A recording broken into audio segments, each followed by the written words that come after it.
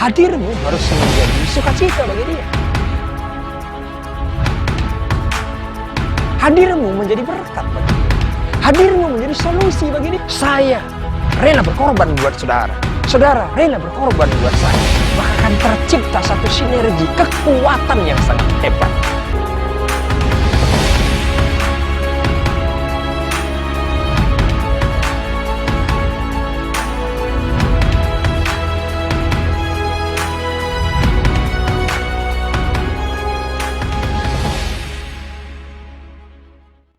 Shalom, haleluya. Kita kembali bertemu di dalam program Sobat Ministry, Sahabat Orang Beriman adalah Tuhan. Bapak Ibu Saudara-saudara, hari ini kita akan membahas satu tema yang sangat menarik. Apalagi bagi saudara yang masih menjadi generasi milenial, tema ini menjadi sangat penting. Tetapi tema ini juga sangat masih up to date. Tema ini juga masih sangat relevan, saudara-saudara, bagi seluruh generasi. Bahkan kita, para orang tua, bahkan sampai pada level generasi yang kita sebut sudah menjadi generasi orang tua yang cukup senior. Nah, Bapak Ibu Saudara-saudara yang Tuhan kasihi, kenapa saya katakan tema ini sangat menarik? Karena tema ini berbicara tentang persahabatan. Maka tema yang akan kita kupas, tema yang akan kita sampaikan di dalam tayangan ini adalah persahabatan sejati. Saudara-saudara, setiap orang menginginkan ada persahabatan. Setiap orang menginginkan ada yang menjadi sahabatnya. Karena itu mari kita akan lihat dan kupas lebih jauh. Kita akan awali dengan firman Tuhan di dalam Amsal 17 ayat 17. Seorang sahabat menaruh kasih setiap waktu dan menjadi seorang saudara dalam kesukaran. Bapak Ibu, ketika kita menelusuri Alkitab dan belajar lebih jauh, setidaknya ada 83 kali kata sahabat, kata persahabatan muncul dalam Alkitab. Itu berarti saudara-saudara sangat banyak peristiwa dalam Alkitab yang menggambarkan arti sebuah persahabatan.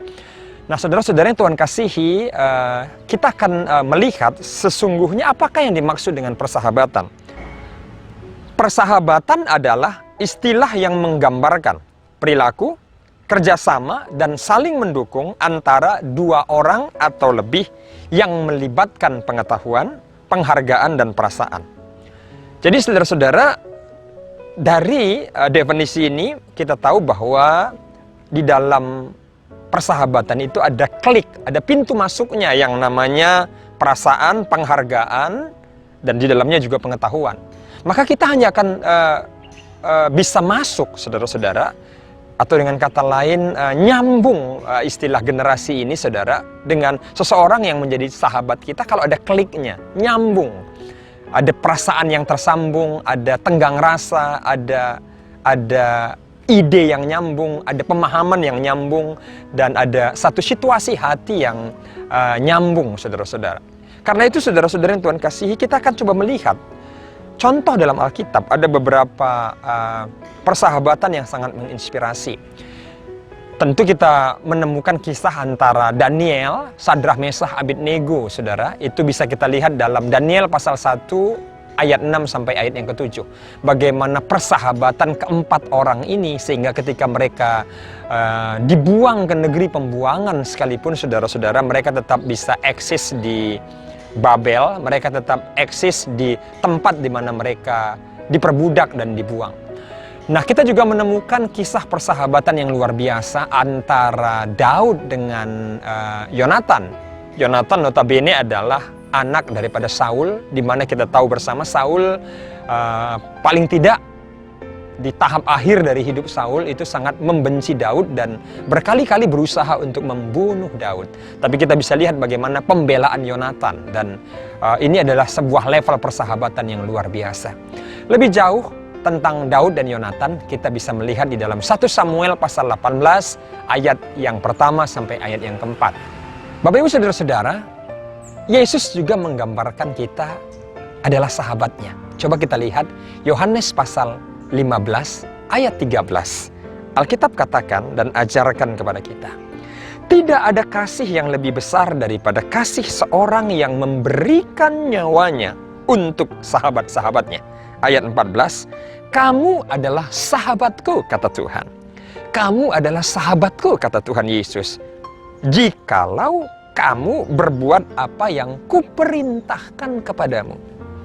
Jadi, saudara-saudara, pada ayat 15 bahkan Yesus katakan, aku tidak menyebut kamu lagi hamba, sebab hamba tidak tahu apa yang diperbuat oleh tuannya, tetapi aku menyebut kamu sahabat, karena aku telah memberitahukan kepadamu segala sesuatu yang telah aku dengar daripada Bapakku.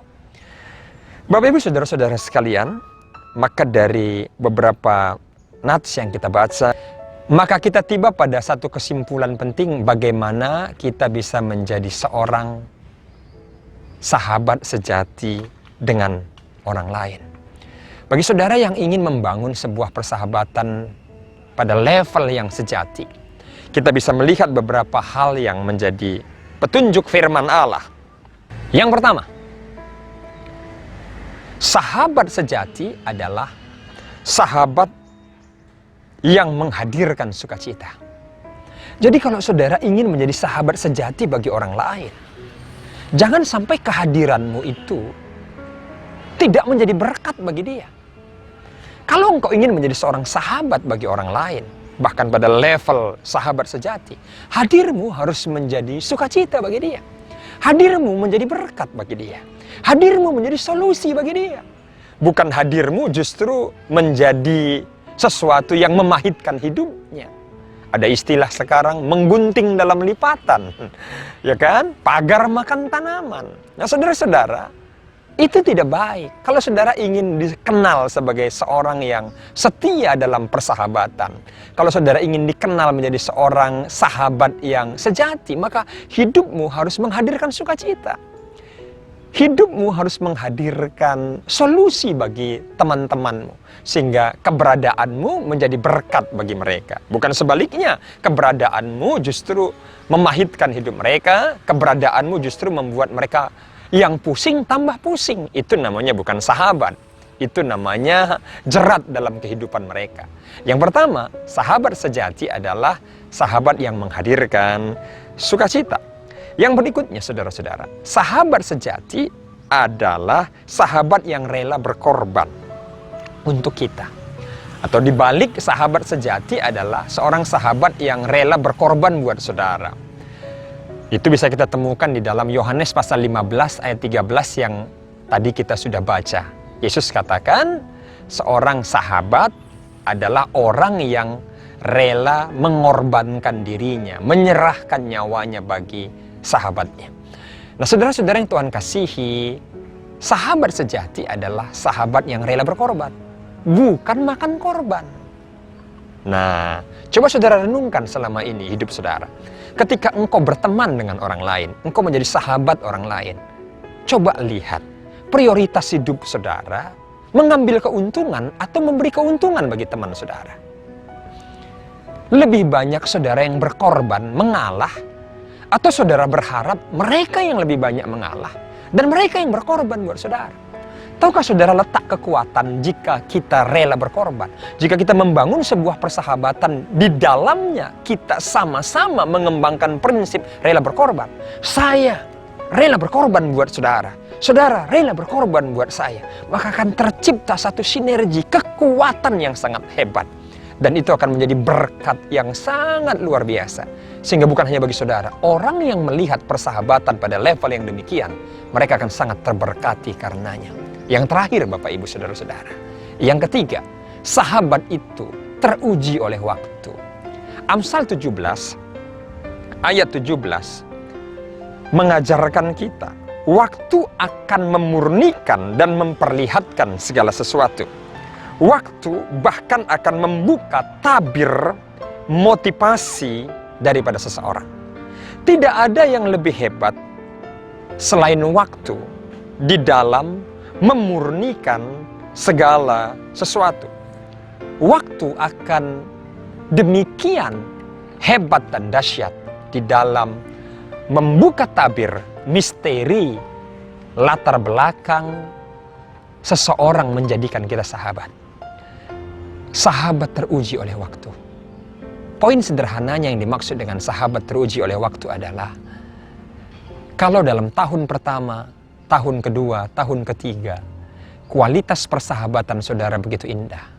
Maka tahun keempat, tahun kelima, tahun keenam, bahkan sampai seterusnya, hendaklah kualitas persahabatan itu semakin menunjukkan tingkat level yang semakin dalam, semakin indah.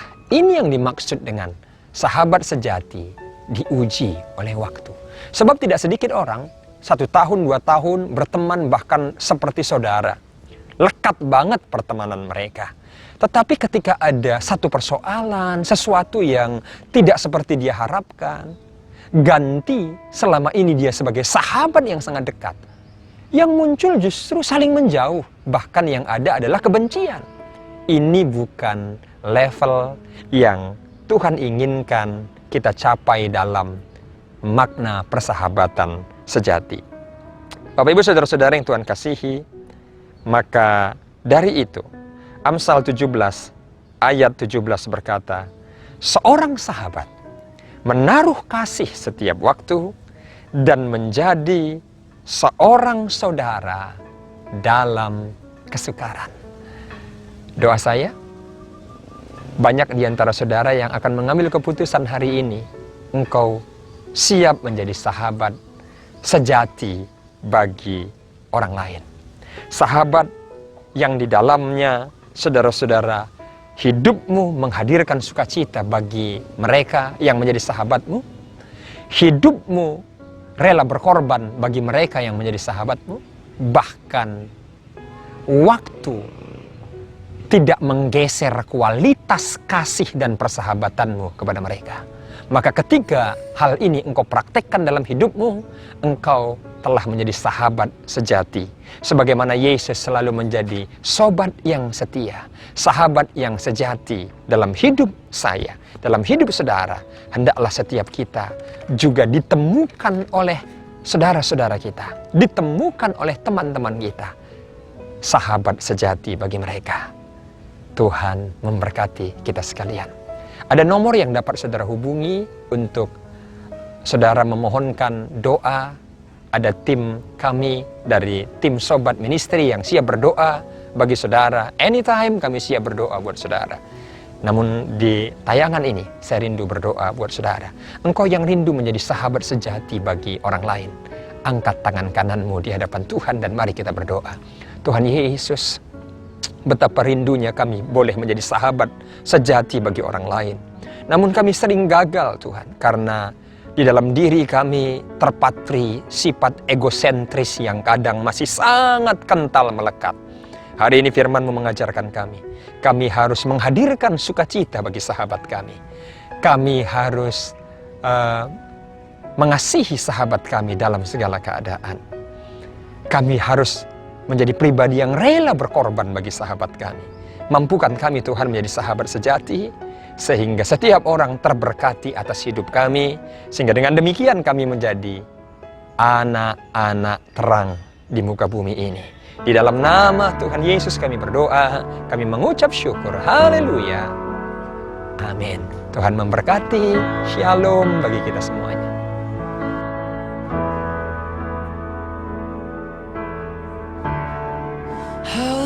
For the moments where I'm still in your presence, all the noise dies down. Lord, speak to me now. You have all my attention. I will linger and listen. I can't miss a thing. Lord, I know my heart wants more of you. My heart wants something new, so I surrender.